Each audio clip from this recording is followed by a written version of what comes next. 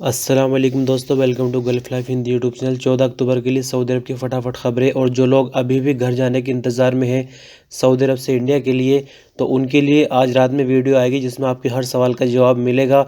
मतलब जितने भी आपने कमेंट्स के रूप में मुझसे सवाल किए हैं आज तक, तो जो ट्रैवल एजेंसी जिसका मैंने पहले भी जिक्र किया था उनसे मैंने पर्सनली मुलाकात की है, तो सभी सवालों के जवाब मैंने उनसे ले लिए हैं। इंशाल्लाह आज रात को वीडियो आएगी जिसमें आपको शुरुआत से लेकर और अपने घर पहुँचने तक क्वारंटाइन वगैरह सभी के जवाब उसके अंदर मिलेंगे। तो चलिए खबरों का सिलसिला शुरू करते हैं।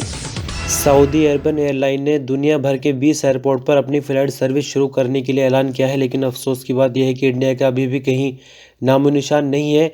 फ़्लाइट की सर्विस तो 15 सितंबर से शुरू हो चुकी है, लेकिन अल सऊदी ने पूरे तरीके से जो है अपनी फ़्लाइटें भेजनी शुरू नहीं की थी। लेकिन अभी जो नया शेड्यूल जारी हो उसमें कौन कौन से एयरपोर्ट से मैं आपको बताने जा रहा हूँ। अमेरिका और यूरोप के 7 एयरपोर्ट इसके अंदर शामिल है, जिनमें Amsterdam, Frankfurt, Istanbul, London, Madrid, Paris और वाशिंगटन। अफ्रीका के 6 एयरपोर्ट शामिल हैं, जिसमें अदिस अबाबा, सिकंदरिया, काहिरा, खरतूम, नैरोबी और ट्यूनिस। एशिया की 5 airport Islamabad, Jakarta, Karachi, Kuala Lumpur और मनीला। मिडिल ईस्ट के 2 अरब एयरपोर्ट ओमान और दुबई के लिए फ्लाइट चलाई जाएंगी। लेकिन जैसा कि आपने देखा इंडिया का कोई नाम नहीं है, हालांकि पाकिस्तान तक का यहाँ पर नाम दिया गया है लिस्ट के अंदर। और इसका रीज़न क्या है ये पता भी नहीं चल पा रहा, और कब तक फ़्लाइट्स चलेंगी इसके बारे में भी कोई जानकारी नहीं निकल पा रही है।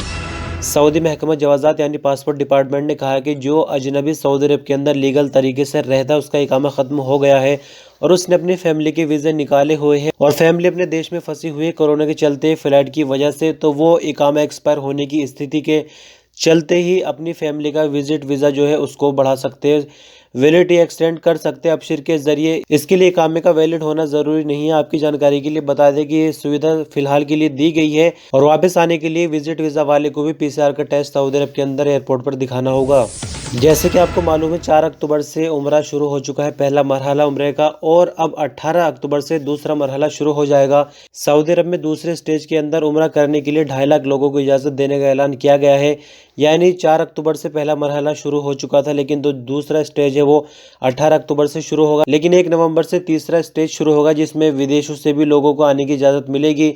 और आपको बता दें कि 18 अक्टूबर से दूसरे स्टेज के लिए जो बुकिंग करेंगे उनको मस्जिद हराम और मस्जिद नबी में इबादत करने की इजाज़त दी जाएगी।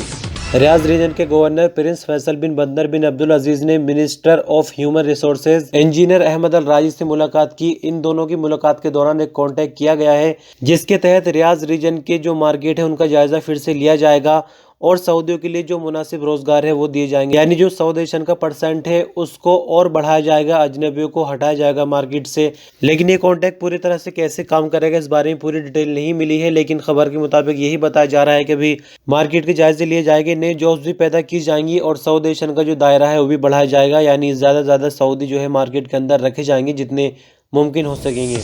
सऊदी मिनिस्ट्री ऑफ हज एंड उमरा ने मक्का मुकर्रमा और मदीना मुनव्वरा के अंदर उमरा ज़ायरीन को ठहराने के लिए नई गाइडलाइन जारी की है। नई गाइडलाइन के मुताबिक एक कमरे के अंदर सिर्फ एक उमरा विजिटर रह सकता है, 2 लोगों को एक साथ नहीं रुकने दिया जाएगा। एक ग्रुप के अंदर आने वाले जितने भी विजिटर होंगे, जितने भी ज़ायरीन होंगे, उनको होटल के एक ही फ्लोर पर रखा जाएगा, ऊपर नीचे नहीं रखा जाएगा। हर होटल में आइसोलेशन के लिए अलग कमरे बनाए जाएंगे और जिनका सीधा कनेक्शन जो है मिनिस्ट्री ऑफ हेल्थ से होगा। यानी वहाँ पर फ़ोन वगैरह की सुविधा होनी चाहिए डायरेक्ट मिनिस्ट्री ऑफ हेल्थ से जुड़ने के लिए।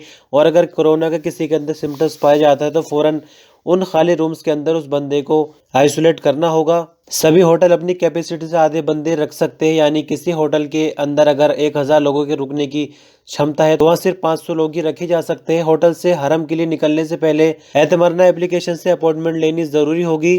अगर किसी बंदे के अंदर कोरोना का कोई सिम्टम्स पाया जाता है तो जो होटल के अंदर आइसोलेशन रूम है उसको उसके अंदर रखा जाएगा और जब तक क्वारंटाइन का टाइम पूरा नहीं हो जाता उस बंदे को होटल के अंदर ही रहना होगा।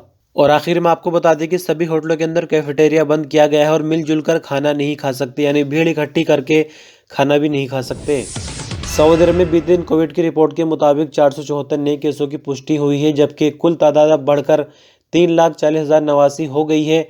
500 नई रिकवरी हुई, जबकि रिकवरी की कुल संख्या 3,26,339 हो गई है। 19 मरने वालों की खबर है, जबकि अब तक मरने वालों की कुल तादाद 5,087 हो चुकी है। 8,663 एक्टिव केस है, जिनमें से 839 की हालत नाजुक है, जिनको आईसीयू में दाखिल किया गया है। सऊदी अरब में मक्का मुकर्रमा रोड सिक्योरिटी फोर्स के कमांडर ब्रिगेडियर अब्दुल अजीज अल हमाद ने कहा कि किसी भी शख्स को जिसके पास एतमरना एप्लीकेशन के जरिए परमिट नहीं होगा मक्का मुकर्रमा के अंदर नहीं घुसने दिया जाएगा। उसको जो चेक पोस्ट बने हुए हैं मक्का मुकर्रमा के अंदर दाखिल होने के लिए उनसे वापस कर दिया जाएगा। यानी खबर को बताने का मतलब ये होगा कि पहले की तरह वाला सिस्टम अब नहीं रह गया है। कोई अगर सोचे कि हम अपनी मर्जी से उम्रा कर सकते पहले की तरह जाकर, तो अब ऐसा बिल्कुल भी नहीं है। जो आपको बुकिंग दी गई है उसी के मुताबिक आपको एंट्री मिलेगी। जो चेक पोस्ट है वहां पर आपको अपना इजाज़तनामा यानी कि अपॉइंटमेंट दिखानी होगी, उसी के अकॉर्डिंग आपको अंदर जाने की इजाज़त मिलेगी। और आपको बता दें कि जिस दिन आपका उम्रा होगा उसी दिन आपको जाने दिया जाएगा। कोई बंदा अगर सोचे कि 3 दिन पहले मैं चला जाऊं तो उसको भी चेक पोस्ट से वापस कर दिया जाएगा। सऊदी मिनिस्ट्री ऑफ हज उमरा ने मस्जिद हराम और मस्जिद नबवी में रोज़ा शरीफा में नमाज और ज़ियारत के लिए इजाज़तनामे यानी परमिट एतमरना एप्लीकेशन के जरिए जारी करना शुरू कर दी है। और ये काम बीते दिन यानी 13 अक्टूबर मंगल के दिन से शुरू हो चुका है। मस्जिद हराम और मस्जिद नबवी के रोज़ा शरीफ में नमाज पढ़ने के लिए परमिशन ली जा सकती है एतमरना एप्लीकेशन के जरिए। तो अगर आपकी एप्लीकेशन के अंदर अभी ये वाला ऑप्शन दिखाई नहीं दे रहा है तो एक बार अपनी एप्लीकेशन को अपडेट कर लीजिए, इंशाल्लाह आपको ये ऑप्शन दिख जाएगा। सऊदी अरब के जद्दा में कोरोना को लेकर एसओपीज जो बनाई गई है उनके लिए चेकिंग का सिलसिला अभी भी जारी है। इस खबर के मुताबिक 329 दुकानें और वर्कशॉप बंद की गई है। जद्दा बल्दिया का कहना है कि हमारी टीम कभी भी छापा मार सकती है, 24 घंटे में कोई टाइम फिक्स नहीं है। जो कोरोना की एसओपीज बनाई गई है गवर्नमेंट की तरफ से उन पर अमल करना हर दुकान वाले के लिए ज़रूरी है, चाहे वो बड़ा शॉपिंग सेंटर हो या फिर छोटी दुकान हो या फिर दूसरी तरह की कोई भी वर्कशॉप हो। अगर कहीं भी कोई वायलेशन पकड़ा जाता है तो उसकी गलती को देखते हुए फैसला किया जाएगा। मतलब ये कि या तो नोटिस दिया जाएगा या फिर दुकान पूरी तरह से सील की जाएगी। बीते दिन हमने आपको एक कार्टून के जरिए बताया था कि सऊदी अरब पर किस तरह से यमन की तरफ से हुस्सों की तरफ से हमला होता है, लेकिन आज देखिए एक नई खबर फिर आ गई है। फिर से कल एक हमला हुआ है, एक मिसाइल फिर दागा गया है सऊदी अरब पर, लेकिन जो कोशिशें हुस्सों की वो नाकाम बना दी गई है। किसी भी तरह का जानी या माली नुकसान नहीं हुआ है। सऊदी अरब के एक लोकल टीवी चैनल अल अखबार ने इसकी वीडियो जारी की है। वीडियो में आप देख सकते हैं किस तरह से और कैसे हमला हुआ है। बहरहाल खबरों का सिलसिला यहीं ख़त्म होता है। शुक्रिया, अल्लाह हाफिज़।